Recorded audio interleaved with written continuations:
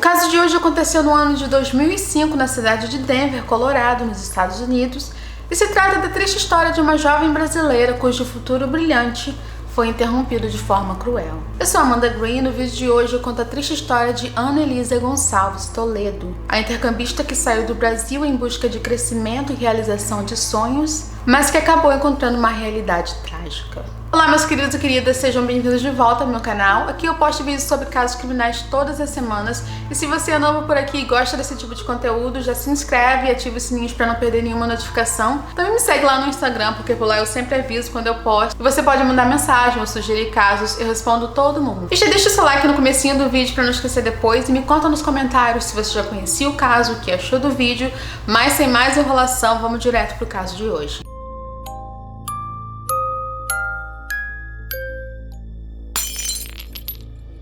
A Ana Elisa Gonçalves era brasileira natural de São Paulo e na época em que tudo aconteceu ela tinha 24 anos. A Ana Elisa foi descrita como uma pessoa muito simpática, muito alegre, muito generosa e que gostava muito de se aventurar. E desde cedo ela já apresentava muito interesse por outras culturas, ela queria aprender outros idiomas, visitar outros países e talvez por essas e outras razões, já em 1997, quando a Elisa era bem novinha, antes mesmo de terminar o ensino médio, ela partiu para a Alemanha para fazer o seu primeiro intercâmbio. Na Alemanha ela teve uma experiência muito boa, ela ficou lá por um ano inteiro, ela já falava inglês fluentemente, também passou a falar o alemão fluentemente. E além disso ela também teve crescimento pessoal, que é uma das maiores vantagens que uma vivência no exterior pode proporcionar. E depois de voltar desse intercâmbio na Alemanha, a Ana Elisa terminou o ensino médio, fez um curso de secretariado executivo e ingressou na faculdade para fazer o curso de comércio exterior. E apesar de estar indo muito bem na faculdade, ela resolveu trancar o curso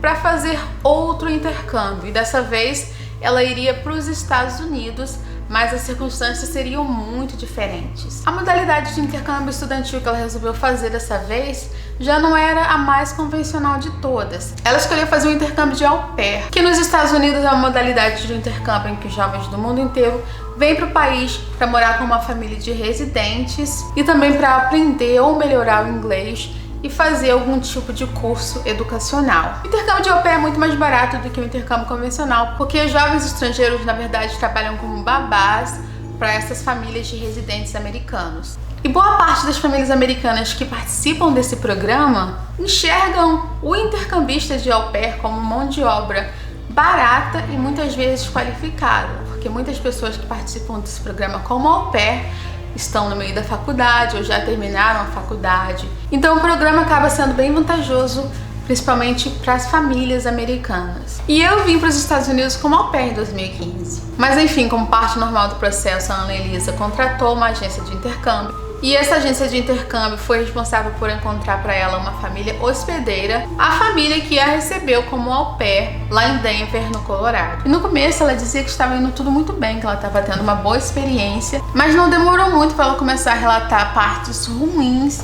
que acontecem com muita frequência nesse tipo de intercâmbio. Infelizmente, no intercâmbio de au pair é muito comum que os intercambistas sejam explorados ou maltratados de alguma forma. Isso talvez aconteça porque a agência vende o intercâmbio para au pair e para a família de formas completamente diferentes. É bizarro. A au pair geralmente vai achando que vai viver um sonho americano e a família fica feliz por ter uma mão de obra muito qualificada a preço de banana. E no caso da Elisa, além de trabalhar como babá, ela também trabalhava na empresa da família como secretária, fazendo funções que não tinham nada a ver com as crianças. E ela contava que isso era muito estressante porque ela ficava muito cansada, não tinha tempo algum para estudar ou para sair, fazer amigos. Então, por esse lado, ela não estava tendo um intercâmbio muito bom. Mas o tempo foi se passando e ela foi tentando procurar outras formas de não ficar tão isolada e estressada durante o intercâmbio dela. E ela acabou conhecendo outras intercambistas e fazendo amizade ali naquele mundinho de au pair. Foi nessa época que a Ana Elisa conheceu a Letícia Ribeiro, que na época tinha 28 anos e já tinha deixado o programa au pair para se concentrar na universidade. E as duas rapidamente se tornaram amigas, passaram a se ver com muita frequência, chegaram a viajar juntas e finalmente a Ana Elisa encontrou alguém com quem ela podia compartilhar. Ela contava a Letícia que estava muito cansada, que estava trabalhando muito, fazendo funções que não condizem com o programa de au pair, que já não estava mais feliz morando com aquela família. Bom, além de conhecer outras intercambistas com quem ela fez amizade, a Annelise também conheceu o Martin Noventi, que também fazia parte do intercâmbio de au pair, ou seja, ele trabalhava como babá para uma família americana. Tem algumas matérias que dizem que quando eles se conheceram, ele já não estava mais trabalhando como au pair, que já tinha deixado o programa para trabalhar em um restaurante ou coisa do tipo, mas isso é apenas um detalhe que não vai mudar em nada que realmente interessa nessa história. Os dois tinham se conhecido num site de relacionamento, começaram a namorar por volta de 6 meses depois da chegada da Elisa nos Estados Unidos. E no começo, como na maioria das histórias que eu conto aqui, tudo parecia muito normal, eles estavam muito felizes, a Elisa finalmente não estava se sentindo tão sozinha e o Martin parecia um príncipe encantado. Mas não demorou muito para que as coisas começassem a ficar muito complicadas entre os dois. Nas redes sociais que existiam na época, ou em outras palavras, no Orkut, ela compartilhava apenas o lado bom dessa relação, então quem visse acreditava que o relacionamento era bem feliz e saudável. Ela chegou a compartilhar algumas fotos do casal e disse que os dois estavam muito apaixonados. Mas em algumas mensagens privadas que ela trocou com a mãe e com outras amigas, ela deixou bem claro que não estava muito confortável naquela relação, porque o Martin era muito possessivo, muito controlador e ciumento, e que ele estava agindo de uma maneira que estava causando medo nela. Ela também disse que os dois estavam brigando muito quase todos os dias e que o motivo quase sempre era o ciúme do Martin. Mas esse relacionamento ainda durou por um bom tempo, mesmo com a Elisa reclamando desse comportamento do namorado. Mas claro que o comportamento do Martin só foi piorando e ele começou a ameaçá-la de agressão. E depois disso, o próprio comportamento da Annalisa mudou também. Ela não parecia mais aquela menina alegre e simpática que todo mundo conhecia e começou a aparecer com machucados no rosto, o que indicava que ela também estava sendo agredida fisicamente pelo Martin. E ela finalmente conversou com a família e com as amigas dela, contando que o Martin era realmente muito violento. E tanto a família quanto as suas amigas a aconselharam a acabar com aquele relacionamento porque aquilo estava destruindo a Elisa como pessoa. E depois disso ela refletiu por algum tempo e resolveu terminar o namoro com o Martin, que nessa época já durava 10 meses. E com o fim daquele namoro, a Elisa voltou a ser a menina alegre que todo mundo conhecia. Ela voltou a pensar em si mesma e fazer planos para o seu próprio futuro. Ela tinha planos de ingressar numa universidade americana e terminar o seu curso de comércio exterior, mas infelizmente isso nunca aconteceu. Isso porque o Martin não reagiu nada bem ao fim daquele namoro e continuou ligando para Elisa várias vezes o dia todo, pedindo para que eles voltassem, e também passou a segui-la e vigiá-la de longe. Às vezes o Martin a surpreendia no meio da rua e pedia para que eles reatassem o namoro, ele chegava a ajoelhar no chão. Era uma coisa doentia. Mas a Elisa já tinha decidido que aquele não era um bom relacionamento para ela. Ela tinha outros planos para a vida dela, outros planos para o seu próprio futuro, e o Martin não se encaixava nesses planos que ela tinha para si mesma. E quando o Martin finalmente caiu em si e percebeu que a Elisa não voltaria para ele disse a clássica frase: se você não for minha, você não vai ser de mais ninguém. E mesmo depois de ouvir essa frase assustadora, a Elisa não se deixou abalar. Ela tentou viver a vida dela sem levar o Martin em consideração, e de uma forma ou de outra ela conseguiu fazer isso por algum tempo. O Martin ficou totalmente transtornado, ele era obcecado pela Annalisa e não conseguia imaginar uma vida em que ela não fosse namorada dele. E já que ela não queria esse relacionamento de forma alguma, infelizmente, ele resolveu o problema da sua própria maneira. No dia 13 de dezembro de 2005, a Annalisa estava em seu quarto, que ficava no porão da casa da família em Denver. E aqui nos Estados Unidos, geralmente os porões têm janelas e portas que dão direto para o quintal ou para a rua em alguns casos. E isso fez com que as coisas ficassem mais fáceis para que o Martin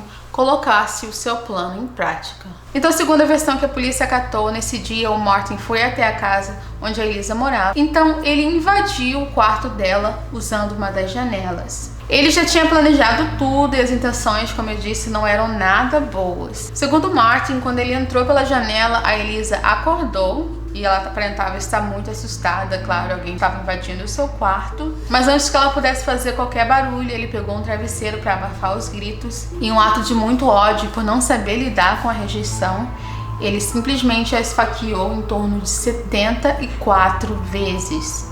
E segundo os investigadores, muitas dessas facadas foram no rosto da Elisa. E eles interpretaram isso como uma tentativa de desfigurar a jovem ou torturá-la, dependendo se ela ainda estava morta ou viva durante essas facadas no rosto. A Elisa morreu no local e depois de cometer esse crime bárbaro, o Martin deixou a cena, descartou a faca e foi para casa se limpar, trocar de roupa, e logo em seguida ele mesmo ligou para a polícia e disse que tinha matado a namorada. E depois que o Martin mesmo deu a localização dele e do corpo, a polícia bateu na porta da família hospedeira. Eles disseram que não ouviram nada, que não tinham ideia porque a polícia estava lá, e ficaram chocados quando foram informados que a babá deles tinha sido assassinada pelo namorado. E é claro que a família da Elisa no Brasil recebeu a notícia com muita tristeza. Eu só imagino como deve ser difícil ficar sabendo de algo assim e ainda tem que resolver milhões de burocracias só para realizar o velório e o enterro. E por conta das investigações, o corpo só chegou ao Brasil quase 10 dias depois da morte, e ela foi enterrada em São Paulo. Muitas pessoas compareceram ao enterro. A Ana Elisa era muito querida na cidade, então foi um momento muito triste para todo mundo que a conhecia. Mas a dor da família da Elisa estava muito longe de acabar, afinal, o réu confesso, Martin, ainda seria julgado lá no Colorado. E só no mês de setembro de 2006, a família da Ana Elisa foi convidada pela justiça americana a participar do julgamento do Martin Novanti. E durante o julgamento do Martin foram revelados muitos outros detalhes ainda mais sombrios sobre esse caso. O Martin deu uma versão bem diferente da primeira versão que ele deu à polícia, e indicava que ele foi orientado pelos advogados. Dessa vez ele disse que não invadiu o quarto, que ele na verdade bateu na janela da Ana Elisa e que ela deixou que ele entrasse. E ele disse que queria conversar sobre o namoro deles, mas ela disse que já estava tudo acabado, que já tinha outro namorado. E disse que nesse momento a Ana Elisa confessou várias traições que ela tinha cometido durante o relacionamento deles, o que eu acho muito difícil de acreditar que tenha realmente acontecido, porque a Ana Elisa tinha muito medo do Martin, e na minha opinião ela nunca diria algo assim, sabendo do que ele era realmente capaz. Ele disse que depois de supostamente ouvir isso da Elisa, ele acabou dando um tapa no seu rosto e ela revidou, e disse que depois disso perdeu o controle e que não sabia mais o que tinha acontecido, e que só voltou a si quando percebeu que Elisa já estava morta. Se isso fosse verdade, isso afetaria a sentença do Martin, ou seja, isso não seria mais considerado um crime premeditado. Mas a polícia já sabia outros detalhes muito reveladores que não deram nenhuma chance para o Martin continuar levando essa história adiante. A polícia descobriu que ele já tinha preparado uma cova para Elisa no seu próprio quintal, e dentro dessa cova ele já tinha jogado todas as fotos da Elisa e fotos dos dois juntos. E além de levar uma faca para encontrar a Elisa, ele também levou fita isolante, cadastros de tênis e também estava usando luvas. Os investigadores não tinham qualquer dúvida que ele planejou aquele crime por muito tempo, mas que ele tinha a intenção de levar a Elisa para outro lugar ao invés de matá-la no porão. Então isso foi a única coisa que não aconteceu como planejado. E não demorou muito para que o júri chegasse a uma conclusão, e o Martin acabou sendo considerado culpado de todas as acusações, e mais tarde ele foi condenado à prisão perpétua sem a possibilidade de liberdade condicional, ou seja, vai passar o resto da vida na cadeia. E a família da Elisa chegou a levantar a suspeita de que a família hospedeira tinha sim ouvido os gritos da jovem, mas que por algum motivo não teria oferecido ajuda, mas isso nunca se confirmou, e o Martin foi considerado o único culpado na morte da intercambista. Ele continua preso e disse em seu julgamento que o motivo do crime foi amor demais. E esse foi o trágico fim do intercâmbio de Ana Elisa. Eu espero que vocês tenham gostado do vídeo. Beijo, tchau, tchau ou bye, bye.